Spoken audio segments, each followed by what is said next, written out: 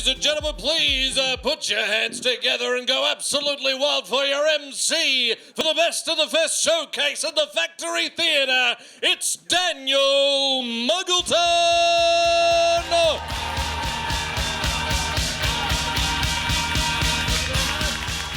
So much. Best of the Fest at the Factory Theatre. How is everybody? We well? Feeling good? Not only are you guys getting to experience this show goddamn live, but it's also being live streamed to TikTok for people to watch in their homes. Or, more realistically, on public transport. You know, I reckon giving it a run. Why not have a laugh on the bus? Freak out the person sitting next to you. Give it a bash. I don't mind.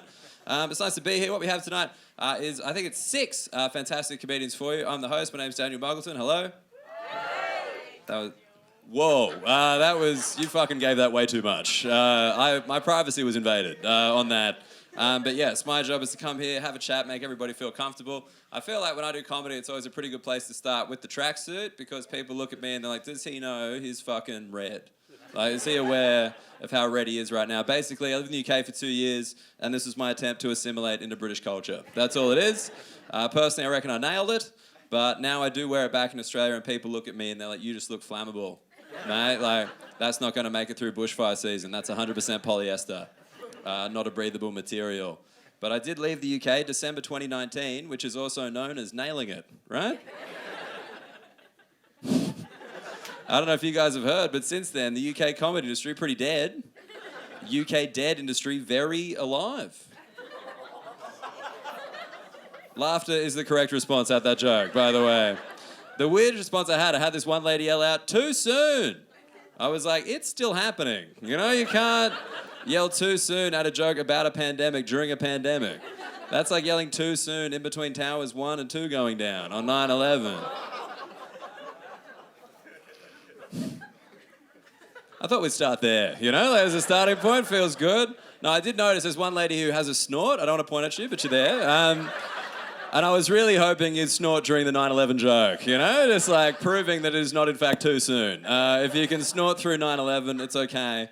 Just so you know, that's going to be... I hope the people at home can hear that mic'd up. That's a barometer for the rest of the show, you know? When you get a laugh very early on that becomes a snort, you're like, fuck me, she better snort 7 or 8 more times. Otherwise, I'm going to have to find a new job. What is your name, Snorter? Naomi. Nice to meet you, Naomi. Snorter. Yeah, I was going to give it... It doesn't take much to make you snort. Well, I'll fucking prove that wrong. I'm not going to get another one throughout this show. Are you proud of the snort or are you embarrassed by the snort? Fuck yeah, dude. Empowerment. All the way down to snorting. We did it. Everybody's comfortable. Do you come to comedy a lot with the snort? Yeah, fuck yeah, it does. I bet it does. Any comedian who hears the snort is like the Grail, you know? It's like a swimmer during a leap year. They matter. It's impressive. That was a snort from her again? Fuck yeah, I've got 2. You're going to be counting the snorts throughout the show. You seem like you can count. You're a vague white person in an even whiter shirt. That is... What's your name, sir? Nick. Nice to meet you, Nick. I'm Daniel. I'm the guy. What do you do with yourself? You finance. Fucking he can count. I don't want to say I understand all corporate jobs, but I reckon Nick here can count. And you can count on that. That's embarrassing. You're in finance, Nick. That's a very vague profession. Is it going well? Have you ever made a woman snort? Unfortunately not. Well, fuck, you've got Naomi behind you. And apparently she's an easy snorter, yeah? This sounds like a dirty conversation, but it isn't. You know what I mean? I was saying that in my head. I'm like, that's gross. And I'm like, no, that's literally fine. That's all okay, all above board. Sorry for making this about you, Naomi. She's literally holding her nose now. Just being like, I can't fucking let another one out.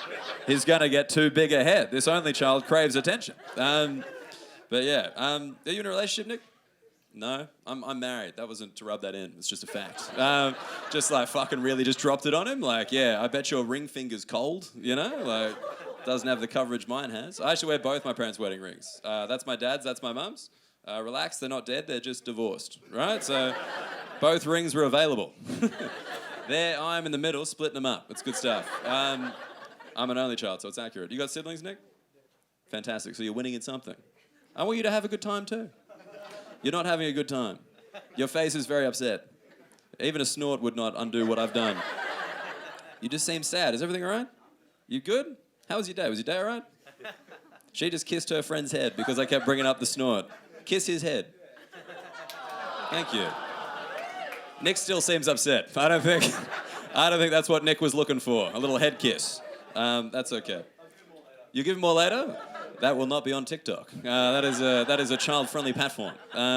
Although if you give him more, it could create a child. You never know. Anyway, that's where I'm at. Sorry, it's on my fucking brain. Because, that's where we're at in our marriage. We're trying to have kids at the moment. I didn't realise you had to try. I just thought you stopped preventing it and it happened. That was my... kind of like climate change, you know? If we do nothing, it'll be a boy. Like, that was where I was at. But yeah, I didn't really know anything about like fertility or whatever, because I think like a lot of dudes, I got my sexual education from a PE teacher and a priest. Two separate guys. Relax. Like, it's okay. It's just that neither of those jobs requires an understanding of science. You know, like, they don't really need to understand anatomy. It's just one guy whose knees you can always see and one guy whose knees you hope you never see. Right? Exactly. Do get these jokes in your own time. I don't mind. When a crowd is unified, it's boring, you know? Like, I want a crowd on different internet speeds. That's my joy. Just like we got 4G here, being unimpressed immediately. Mainly Nick. He's got 4G.